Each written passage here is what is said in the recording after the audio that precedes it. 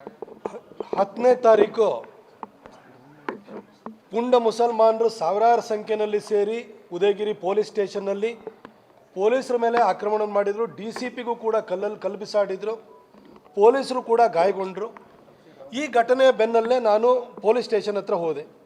ಕೊನೆಗೆ ನಮ್ಮ ವಿರೋಧ ಪಕ್ಷದ ನಾಯಕರಾಗಿರುವಂಥ ಆರ್ ಅಶೋಕಣ್ಣವರಿಗೆ ಮಾತಾಡಿ ಪೊಲೀಸರಿಗೆ ಆತ್ಮಸ್ಥೈರ್ಯವನ್ನು ತುಂಬೋ ಕೆಲಸವನ್ನು ನಾವು ಮಾಡಬೇಕು ಅಂತ ಹೇಳಿ ಕೊನೆಗೆ ಅಶೋಕಣ್ಣವರು ಬೆಂಗಳೂರಿಂದ ಬಂದು ಸ್ಟೇಷನಿಗೆ ಭೇಟಿ ಕೊಟ್ಟು ನೀವು ಕಮ್ಮಿ ಸಂಖ್ಯೆಯಲ್ಲಿದ್ರೂ ಕೂಡ ಸಾವಿರಾರು ಜನ ಪುಂಡ್ರನ್ನ ನೀವು ಕಂಟ್ರೋಲ್ ಮಾಡಿದ್ದೀರಿ ಅಂತ ಹೇಳಿ ಅವರಿಗೆ ಮೆಚ್ಚುಗೆ ಮಾತನಾಡಿ ಪೊಲೀಸರಿಗೆ ನೀವು ಧೈರ್ಯದಿಂದ ಇರಿ, ಯಾರ್ಯಾರು ಇದರಲ್ಲಿ ಈ ಘಟನೆಯಲ್ಲಿ ಭಾಗಿಯಾಗಿದ್ದಾರೆ ಅವ್ರನ್ನೆಲ್ಲ ನೀವು ಪತ್ತೆ ಹಚ್ಚಿ ಅವ್ರನ್ನ ಅರೆಸ್ಟ್ ಮಾಡಿ ಅವ್ರನ್ನ ಕಾನೂನಿನ ಕುಣಿಕೆಗೆ ಅವ್ರನ್ನ ಸಿಲುಕಿಸಬೇಕು ಅಂತ ಹೇಳಿ ಧೈರ್ಯದ ಮಾತನಾಡಿದರು. ನಾನು ಕೂಡ ಜೊತೆಗೆ ಹೋಗಿದ್ದೆ. ಅದೇ ಸಂದರ್ಭದಲ್ಲಿ ಮೀಡಿಯಾ ಉದ್ದೇಶನೂ ಕೂಡ ನಾನು ಮಾತಾಡಿದ್ದೆ. ಆದರೆ ನನ್ನ ಮೇಲೆ FIR ಹಾಕೋಕ್ಕಾಗ್ತದೆ. ಈಗ ಸಿದ್ದರಾಮಯ್ಯನವರು ಸರ್ಕಾರ ಬಂದಾದಮೇಲೆ ಅವರ ಚುನಾವಣೆ ಸಂದರ್ಭದಲ್ಲಿ ಹೊರಣದಲ್ಲಿ 2 ಕೇಸ್ ಹಾಕಿದ್ರು, 2 FIR ಮಾಡಿದರು. ಶಿಗ್ಗಾವಿನಲ್ಲಿ ಒಂದು FIR ಮಾಡಿದರು. ಆನಂತರ ದಾವಣಗೆರೆಯಲ್ಲಿ FIR ಮಾಡಿದರು. ಶಹಾಪುರದಲ್ಲಿ FIR ಮಾಡಿದರು. ಬೆಂಗಳೂರಿನಲ್ಲಿ ಪುನೀತ್ ಕೆರಳೆ ವಿಚಾರದಲ್ಲಿ ಬಸವೇಶ್ವರ ನಗರದಲ್ಲಿ ಒಂದು FIR ಮಾಡಿದ್ದಾರೆ, ಹಾಗೂ ಮಾಗಡಿನಲ್ಲಿ ಒಂದು FIR ಮಾಡಿದ್ರು. ಈಗ ಉದಯಗಿರಿ ಸ್ಟೇಷನಲ್ಲಿ FIR ಮಾಡಿದ್ದಾರೆ.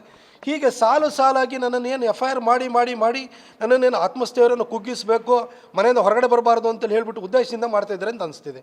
ಆಯಿತು, ನಾನು ಏನು ಪ್ರೊವೊಕೇಟಿವ್ ಸ್ಪೀಚ್ ಕೊಟ್ಟಿದ್ದೀನಿ? ಯಾರನ್ನ ಪ್ರಚೋದಿಸಿದ್ದೀನಿ? ಏನು ನಾನು ಪ್ರಚೋದನೆ ಕೊಟ್ಟಾದ ನಂತರ ಮುಸಲ್ಮಾನರು ಬಂದು ಪೊಲೀಸರ ಮೇಲೆ ದಾಳಿ ಮಾಡಿರೋದಾ? ಪೊಲೀಸರಿಗೆ ಆತ್ಮಸ್ಥೈರ್ಯ ತುಂಬುವಂಥ ಕೆಲಸವನ್ನು ನಾವು ಮಾಡಿದ್ದೀವಿ ಹೊರತು ನಾ ಯಾರಿಗೂ ಪ್ರಚೋದನೆ ಕೊಟ್ಟಿಲ್ಲ.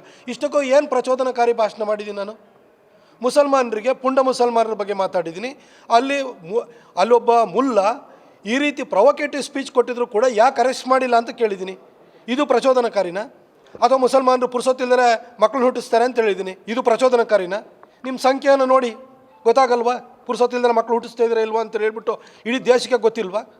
ಇದನ್ನು ನಾನು ಹೇಳಿದ್ದೀನಿ, ಸತ್ಯನೇ ಹೇಳಿದ್ದೀನಿ. ನಿಮ್ಮ ಮನೆಯಲ್ಲಿ ಒಂದೇ ಮಕ್ಕಳಿರೋರು, 2 ಮಕ್ಕಳಿರೋರು ಎಷ್ಟು ಜನ ಇದ್ದೀರಿ ಹೇಳ್ರಿ ನೋಡೋಣ. ನಿಮ್ಮ ಸಮಾಜದಲ್ಲಿರುವಂತಹ ಸೆಲೆಬ್ರಿಟೀಸನ್ನ ತಗೊಳ್ಳಿ. ಶಾರುಖ್ ಖಾನಿಗೂ 3 ಮಕ್ಕಳಿದ್ದಾವೆ, ಸೈಫ್ ಅಲಿ ಖಾನಿಗೆ 4 ಮಕ್ಕಳಿದ್ದಾವೆ. ನಿಮ್ಮ ಸೆಲೆಬ್ರಿಟೀಸೇ ಕಂಟ್ರೋಲ್ ಇಲ್ಲದೆ ಮಕ್ಕಳು ಹುಟ್ಟಿಸ್ತಾರೆ. ಇನ್ನು ನಿಮ್ಮ ಬಗ್ಗೆ ಅದನ್ನೇ ಹೇಳಿದೆ, ಜನೋತ್ಪಾದನೆಯಲ್ಲಿ ತೊಡಗಿದ್ದೀರಿ ನೀವು. ಆಯಿತು, ನಿಮಗೆಲ್ಲ ದೇವ್ರು ಕೊಟ್ಟ ದೇವರೇ ನೋಡ್ಕೊಳ್ಳಿ. ಹಂಗಾದ್ರೆ ಸರ್ಕಾರ ಯಾಕೆ ನೋಡ್ಕೊಳ್ಬೇಕು? ಸರ್ಕಾರ ಯಾಕೆ ನಿಮಗೆ ಪುಕ್ಕಟೆ ಕೊಡಬೇಕು? ಟ್ಯಾಕ್ಸ್ ಪೇಯರ್ಸು ಹಿಂದೂಗಳು, ಮೆಜಾರಿಟಿ ಟ್ಯಾಕ್ಸ್ ಪೇಯರ್ಸು ಹಿಂದೂಗಳಿದ್ದಾರೆ. ನಿಮಗೆ ಸೌಲಭ್ಯ ಎಲ್ಲ ನಿಮಗೆ ಸಿಗ್ತಾ ಇದೆ. ಮಕ್ಕಳನ್ನ ಮಾತ್ರ ನೀವು ಹುಟ್ಟಿಸ್ತೀರಿ, ದೇವ್ರು ಕೊಟ್ಟ ಅಂತ. ನಿಮ್ಮ ಮಕ್ಕಳನ್ನ ದೇವ್ರು ಕೊಟ್ಟ ಅಂದಮೇಲೆ ನಿಮ್ಮ ದೇವರೇ ನೋಡ್ಕೊಳ್ಬೇಕಲ್ಲ ನಿಮ್ಮ ಮಕ್ಕಳನ್ನ. ಈ ರೀತಿ ಸಂಖ್ಯಾಬಲನ ಜಾಸ್ತಿ ಮಾಡಿ ಎಲ್ಲ ಕಡೆ ನೀವು ತೊಂದರೆನ ಸೃಷ್ಟಿ ಮಾಡ್ತಿದ್ದೀರಿ. ಈ ರೀತಿ ಭಯದ ವಾತಾವರಣ ಸೃಷ್ಟಿ ಮಾಡ್ತಿದೆ ಅಂತ ಹೇಳಿದ್ರೆ ಇದು ಪ್ರೊವೊಕೇಟಿವ್ ಹೆಂಗಾಗುತ್ತೆ? ಸತ್ಯ ಮಾತಾಡಿದ್ದೀನಿ. ಈ ಸುಳ್ಳು ಅನ್ನೋದ್ರೆ ಹೇಳ್ಬಿಡಿ ನೋಡೋಣ. ನಿಮಗೆ 1947ರಲ್ಲಿ ಸ್ವಾತಂತ್ರ್ಯ ಬಂದಾಗ ನಿಮ್ಮ ಸಂಖ್ಯೆ ಎಷ್ಟಿತ್ತು? ಇವತ್ತೆಷ್ಟು ಸಂಖ್ಯೆ ಇದೆ? ಇದೇ ಬಾಂಗ್ಲಾದೇಶ ಮತ್ತು ಪಾಕಿಸ್ತಾನ ಪ್ರತ್ಯೇಕವಾದಂಥ ಸಂದರ್ಭದಲ್ಲಿ ಬಾಂಗ್ಲಾದೇಶದಲ್ಲಿ 24% ಹಿಂದೂಗಳಿದ್ದರು, ಇವತ್ತು ಲೆಸ್ ದೆನ್ 5% ಇದ್ದಾರೆ. ಪಾಕಿಸ್ತಾನದಲ್ಲೂ ಕೂಡ 15% ಹಿಂದೂಗಳಿದ್ದರು, ಇವತ್ತು ಲೆಸ್ ದೆನ್ 1% ಇದ್ದಾರೆ. ಇಲ್ಲಿ ಮಾತ್ರ ನಿಮ್ಮ ಭಾರತದಲ್ಲಿದ್ದಂಥ ನೀವು ಮುಸಲ್ಮಾನರ ಸಂಖ್ಯೆ ಎಷ್ಟು ಪ್ರಮಾಣ ಜಾಸ್ತಿ ಆಗಿದೆ. ಇದಕ್ಕೆ ಕಾರಣ ಏನಿದು? ಇದನ್ನು ನಾನು ಸತ್ಯನ ಹೇಳಿದ್ದೀನಿ. ಈ ಸತ್ಯ ಹೇಳಿದ ಕೂಡಲೇ ಪ್ರಚೋದನೆ ಹೇಗಾಗುತ್ತೆ?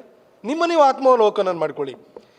ನೀವು ಒಂದು ಸಮಾಜವಾಗಿ ನಿಮ್ಮ ಮಕ್ಕಳಿಗೆ ಒಳ್ಳೆ ಎಜುಕೇಷನ್ ಕೊಡಬೇಕು, ಅವರಿಗೆ ಒಳ್ಳೆ ದಾರಿನ ತೋರಿಸ್ಬೇಕು. ಈ ನಿಟ್ಟಿನಲ್ಲಿ ಒಂದು ಸ್ವಲ್ಪ ನಿಯಂತ್ರಣದಲ್ಲಿ ಮಕ್ಕಳು ಹುಟ್ಟಿಸಿ ಅವ್ರಿಗೆ ಒಂದು ಎಜುಕೇಷನ್ ಕೊಟ್ಟರೆ ಅವ್ರ ರೀತಿ ಪುಂಡಾಟಿಕೆ ಮಾಡಿ ಕಲ್ಲು ಹೊಡೆಯುವಂಥದ್ದು, ಪೊಲೀಸರ ಮೇಲೆ ಆಕ್ರಮಣ ಮಾಡುವಂಥದ್ದು, ಈ ರೀತಿ ದಾರಿ ತಪ್ಪೋ ಕೆಲಸನೂ ಮಾಡಲ್ಲ. ನಿಮ್ಮ ಶಕ್ತ್ಯಾನುಸಾರವಾಗಿ ಮಕ್ಕಳನ್ನು ಹುಟ್ಟಿಸ್ಕೊಳ್ಳಿ, ಆ ಮಕ್ಕಳಿಗೆ ಒಳ್ಳೆ ಎಜುಕೇಷನ್ ಕೊಡಿ ಅಂತ ನಿಮಗೆ ಕಿವಿ ಮಾತನ್ನು ಹೇಳಿದ್ದೀನಿ. ಇನ್ನು ಪ್ರಚೋದನೆ ಕೊಟ್ಟಿರೋದಲ್ಲ, ನೀವು ಬುದ್ಧಿ ಹೇಳಿದ್ದೀನಿ. ಎಲ್ಲ ಭಾಗದಲ್ಲಿ ಎಲ್ಲೋದ್ರೂ ಕೂಡ FIR ಹಾಕ್ತಾರೆ. ಇಲ್ಲಿ ಮೈಸೂರು ಭಾಗದಲ್ಲೂ ಕೂಡ ಹಾಕಿದ್ದಾರೆ. ಇಲ್ಲಿ ಯಾರು ಮೈಸೂರು ಭಾಗದಲ್ಲಿ ಸಿದ್ದರಾಮಯ್ಯನವರ ಸರ್ಕಾರದ ವಿರುದ್ಧ ಧ್ವನಿ ಎತ್ತೋನು ನಾನು. ಹಾಗಾಗಿ ನನ್ನ ಧ್ವನಿಯನ್ನು ಹುಡುಗಿಸ್ಬೇಕು ಅಂತ ಹೇಳ್ಬಿಟ್ಟು ಒಂದು ವ್ಯವಸ್ಥಿತ ಪ್ರಯತ್ನ ಹಿಂದಿಂದಲೂ 10 ವರ್ಷದಿಂದಲೂ ನಡ್ಕೊಂಬರ್ತಿದೆ, ಅದೇ ಮುಂದುವರಿತಾ ಇದೆ.